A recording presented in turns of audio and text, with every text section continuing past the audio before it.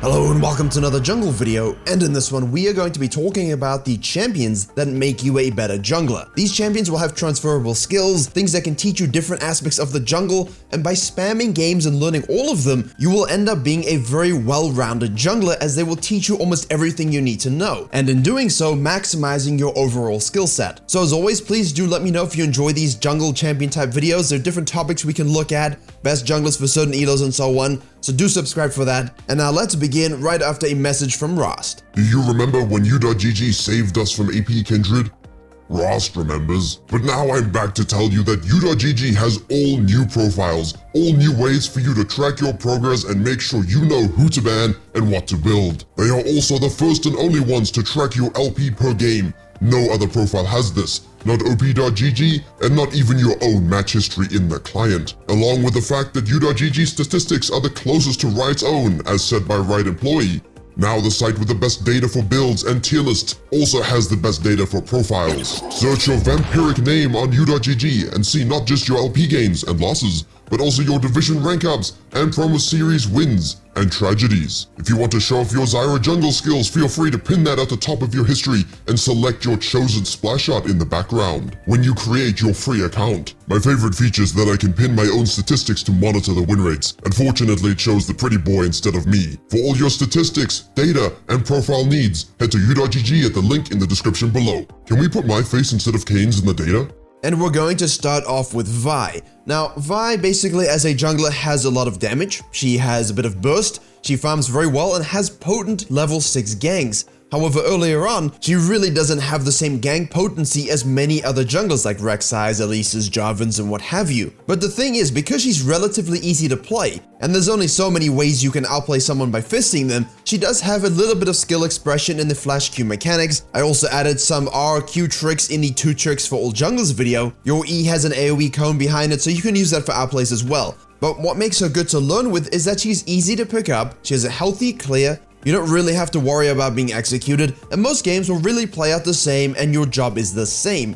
But how does it make you a better jungler? Because she can build damage, actually that's the way we kind of do things now, you do have the option for building quite a lot of tanky items, but it teaches you that your pre-6 ganks have to have supreme impact. You will not be able to outfarm things like Shyvana, which means because your Q has a charge up time, people can react to it, they can interrupt it, you have to pick the right pathing and the right moment, predicting enemy flashes and dashes. That's important. In fact, that's the fundamental of all ganking. However, the R ability is one of the biggest things for you to learn as a jungler. Target selection. Because it's basically a guaranteed lockdown of any priority target, you have to be able within the game to understand who's fed, who's their carry, who is their win condition, and how can I absolutely obliterate them from this plane of existence. And therefore teaches you how to play around your ultimate and to always use it in the right way. Vi also has this dragon taking extravagance. She can solo that thing very easily at level 4. It means while you might not be everywhere for ganks like a Hecarim could be, you can still have impactful pre-6 ganks, your level 6 is a basic free kill,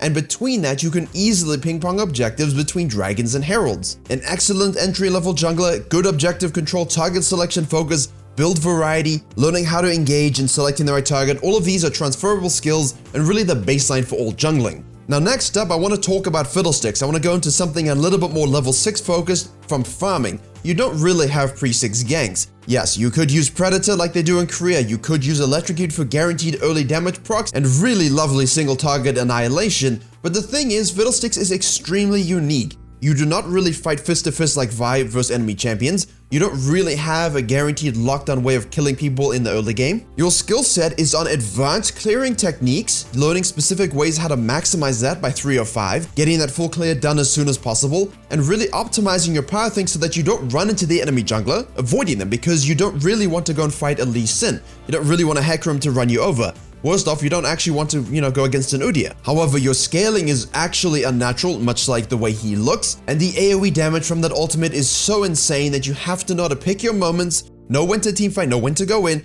not going in too soon, and making sure that you play around it while you farm in the downtime. So the reason Fiddlesticks is great to learn is it basically introduces the unique style of clearings that certain junglers provide. It also gives you a strong level ultimate that really can change the nature of a game. And it also introduces the idea of not having strong ganks early, which means you have to be great at counter ganking, lane ganking, using advantageous positions for your fear, And then of course, when you are level 6, you hop over a wall, you say hippity hoppity, your soul is now my property, and then you go and steal a dragon. But why it makes you a better jungler is because it really teaches you that patience. Sometimes you're against a bad matchup and your pathing is designed to avoid them. Sometimes you simply have to give away your jungle when you don't have prio and you get invaded. Sometimes you just have to give away a Drake or two. That patience and that discipline combined with the unique clearing and the understanding that when you do scale, when you have that ultimate up, you can always look for these special angles over walls, which helps you look at the game from a different perspective. Having very, front to back direct ults like a Vi is, it's not very exciting usually over many games, but Fiddlesticks you can always look for that surprise, scared jump ult. And it can absolutely change the direction of every game provided you are playing relaxed and understand that you can be the win condition, and at any moment when someone mispositions, you have free doubles, triples, quadras, and pentas whenever they group up. I don't know, that sounds like a lot of great transferable skills if you're ever in a losing matchup, if you ever have a strong ultimate, and if you ever need to use that umbrella jungling we talked about in the farming video. I will link that below as well. But if we jump back to something that uses a few more ganks, Jarvan is an analog to Vi. What does that mean? It means they both have a lockdown ultimate, they both have that sort of Q gap close. With Jarvan it's an EQ, and they have a shield basically on their W. Whether it's an active or a passive is irrelevant. However, Jarvan provides you with a certain agency and versatility that really you can translate to any jungling in the game. If you happen to be in a level 2 ganking meta like Season 8, and you suddenly need to play Camille, Graves, Talia, Xin. If you had been trained in the ways of obnoxious postures, ridiculous shoulder pads, and annoying voices and faces, Jarvan's ganking at level 2 would have really prepared you for this. However, if you simply like having an early and active ganking game, he really fits the bill.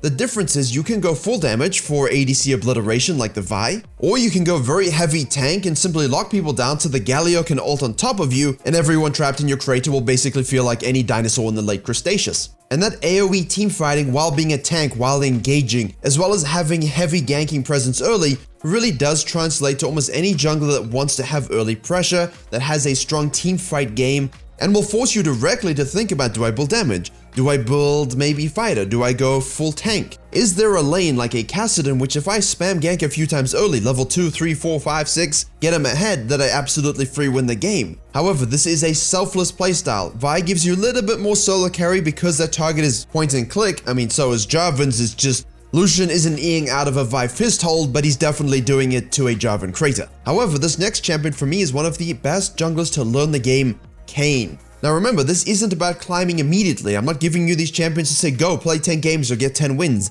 It's about learning how to be a better player. So the payoff isn't in the short term, it's in the long term. It's for the big brainers who understand adding something that's resume worthy is basically better than getting a quick high of, a few wins with Graves when he's turbo strong or with Udyr. Those people will fall down when those champions are nerfed. But you won't, because you learned the glory of Rast and the glory of the Shadow Assassin. And I'm gonna bunch this all up. The reason they're good to learn with, the reason they will make you a better jungler, and the reason this transfers to every other jungler in the game is because it teaches you fundamentally, I have to balance invading, counter jungling, farming my camps, and battling laners. Because if you don't do that, you don't get farm, you don't scale, and you become nothing. You have to be aware of so many things to really become an optimal KAYN. It also gives you this concept of insane mobility and cheese clears that you can do, like invading raptors level 1, and then just running away.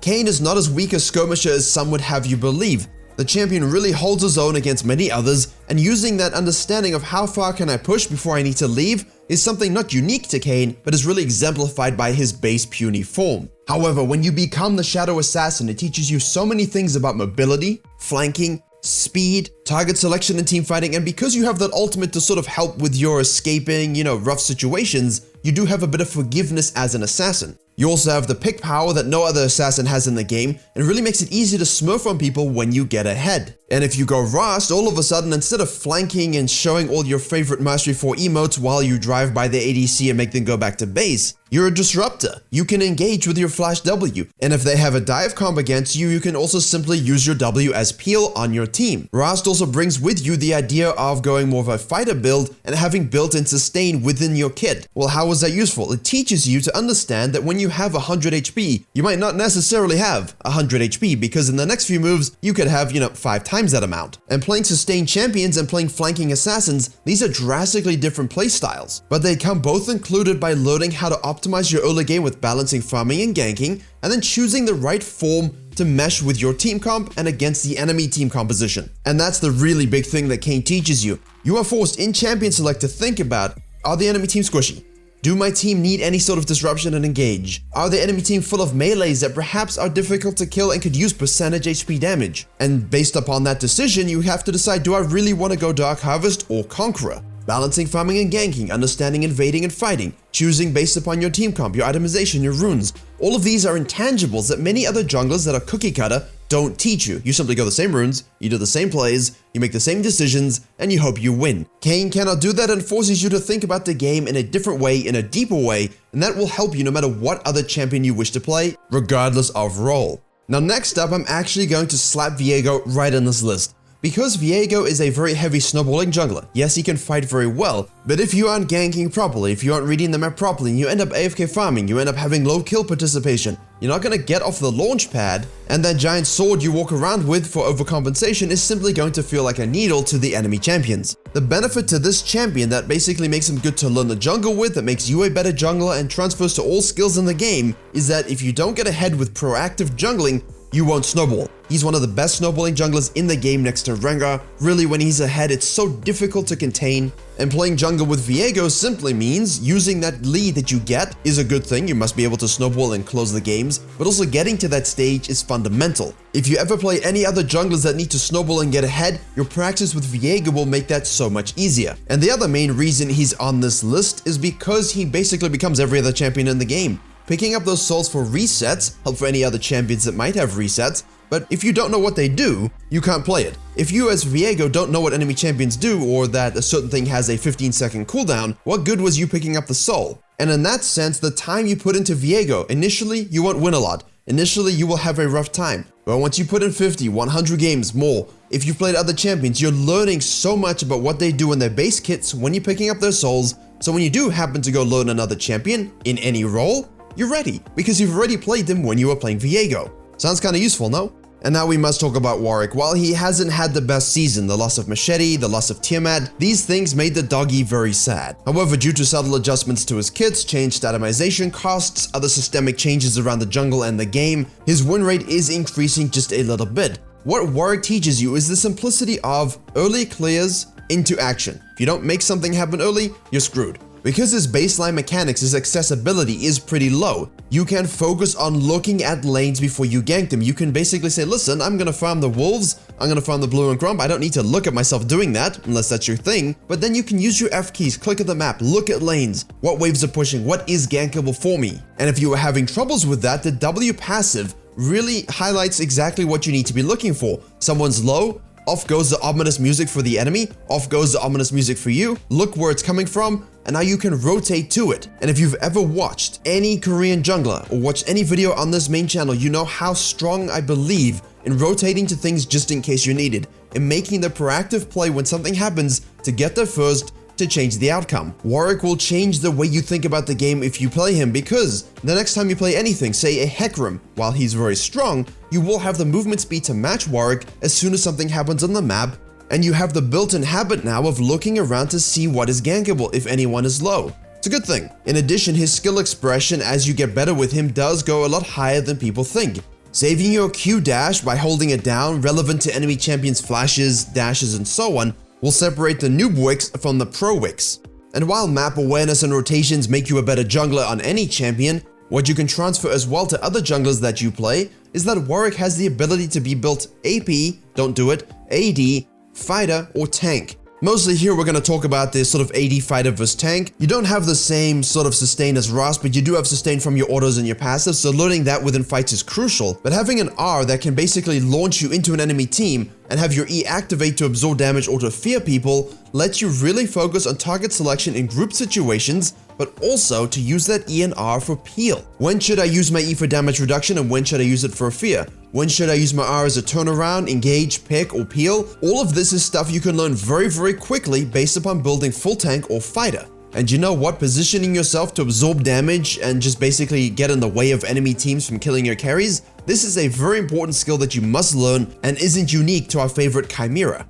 However, next up we have Elise. Now, I don't really need to talk too much about her because she's been meta, we talk about her in a lot of videos, and like Jarvan shows you the power of ganking. The thing at least teaches you in addition though is you don't have the versatility of going full tank. You don't have the versatility of, actually having an AoE damaging ultimate. However, what at least does teach you is map scaling from a unique perspective with that repel, as well as form switching between, human and spider, is something that will help you when you play other champions like Nidalee or Jace. However, most importantly, because of the nature of her kit, she really is the champion that you would use to master tower dives. Unique kit, early ganking, burst damage, CC, she has a lot of everything that you need to execute well on the early game and take a lead into the mid game. Now you might think, well, what's unique about Elise in that sense? There's Rexa, there's Lee Sin, there's other early game champions. You're right, but with those added positives and the fact that she doesn't scale, it really puts the onus on you to actually carry the game, to actually close the game out. As soon as you lock her in, you're on a timer. If you don't play properly and you fall behind against a fiddlesticks as well, things will not end up well for you. It teaches you how to be aggressive, to tower dive, to hunt and track the enemy jungler, remove them from the game, stifle their scaling,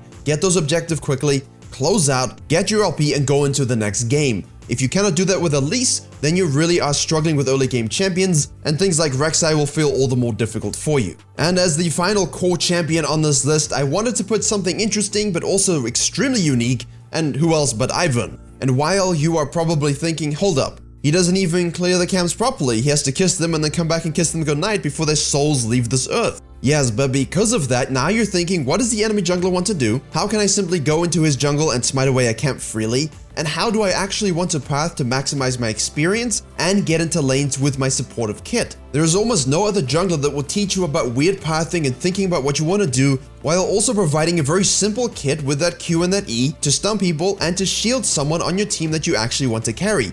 Other champions we say, you need to peel, you need to do this. With Ivern, it's point and click, and you can spam it. Playing a few games of Ivern and all of a sudden you go to another champion, you'll be thinking very differently about how to peel and who to actually help with that. In addition, because of Daisy the ultimate, you're gonna learn a lot about back to front team fighting, sitting behind her, having your tank, having your knock up and disrupt, following up with your CC. It's almost like giving yourself two people in a team fight to control. And really, how great is that when you perhaps find yourself failed in a different position? How great is that when you find yourself in a different jungler? Suddenly you're recognizing what everyone wants to do in team fights, who you have to peel, and what you have to do. And there's a lot of other intangibles that you can learn about macro, objective, supportive playstyle jungling that really brings your map control overall up to a new high standard, and with that, elevates your knowledge of the game that really affects how you play it overall. Finally, as a bonus section, if you are someone that loves camouflage, you love being invisible, whatever Riot is calling it these days, Rengar, Kha'Zix, Shargo, the best jungler to learn that with is Evelynn. Your promo stealth, you have to understand the concept of walking around control wards, you have to understand the concept of farming quickly and using that ultimate, and it brings within you this unique way of flanking and target selection, because if you keep running into a 5-man deathball Lulu squad, you're gonna die a lot. So while I think Blue KAYN, the Shadow Assassin, is the best way to learn how to play an assassin from the jungle, it's safe, it's fast, it's easy to flank, you understand target selection, you can get out of situations. Evelynn is one of the best at learning how to scale, have the best target selection while using camouflage, and absolutely looking fantastic while she ults away and shreds you to bits. Which she definitely enjoys, and maybe you do too, maybe that's your thing. Who knows? But there you go, there's a full list of junglers that teach you unique aspects about the game. Thank you very much for watching. I hope you were able to enjoy and learn something. Please don't forget to like, share, and comment if you did. Please consider subscribing to this channel as well as the gameplay channel. Coaching forms are on that other channel as well if you are interested. Comb your beards appropriately, and as always, I will see you all in the next tutorial.